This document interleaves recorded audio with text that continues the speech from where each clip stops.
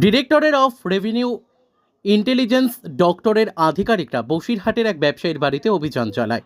সিবিআইয়ের আধিকারিক বসিরহাটের ব্যবসায়ী গণেশ ওরফে অভিজিৎ মণ্ডলের বাড়িতে তল্লাশি চলে। এখন অবধি জানা যায়নি কী কারণে এই তল্লাশি সিবিআই এর।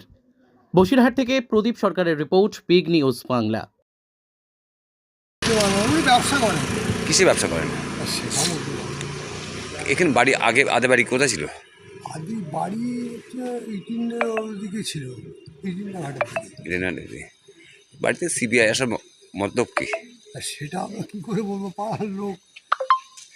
না গতিবিধি কেমন ছিল না? না না না না, কিচ্ছু বোঝা যায় না। মানে কোনো অসৎ ব্যবসায়ীর সঙ্গে না জড়িত না রয়েছে না, এরকম সেরকম কিছু? করছি শুনিনি দাদা আমরা কোনো। ওনার নাম কি? আমার কাছে অভিজিৎ ঘোষ। আপনার প্রতিবেশী? হ্যাঁ, প্রতি আমার পাশেই ভাই। আপনি কেমন ভাবে চেনেন? ভালোভাবে আমাদের একই সঙ্গে পরিচিত। কত বছর এখানে বাড়ি করেছেন? এখানে উনি এই জায়গাটা কিনে বাড়ি করেছেন প্রায় 13-14 বছর হয়ে গেল। তার আগে ওখানে হ্যাঁ, ইটিনার ওপরে না? ইটিনের ওপারে আমি শুনেছি কিন্তু। হ্যাঁ, কি নাম আপনার?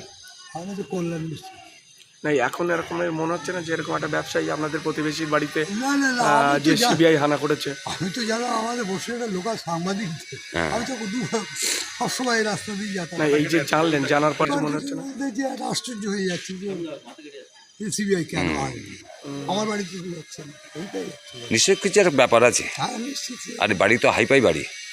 উনি বরাবরই একটু টিপটপ লোক বরাবর। আচ্ছা, ফ্যামিলি কজন থাকেন এখানে? ওখানে এখানে ওনার মেয়ে বউ আর ছেলেটা কি একটা চাকরি করে। কেমন বয়স ভদ্রলোকের? কত হবে, ওই যে বয়স 60-62 বছর হবে আচ্ছা, ওরকম, মানে অ্যাপ্রক্সিমেট আমি বলছি। ঠিক আছে।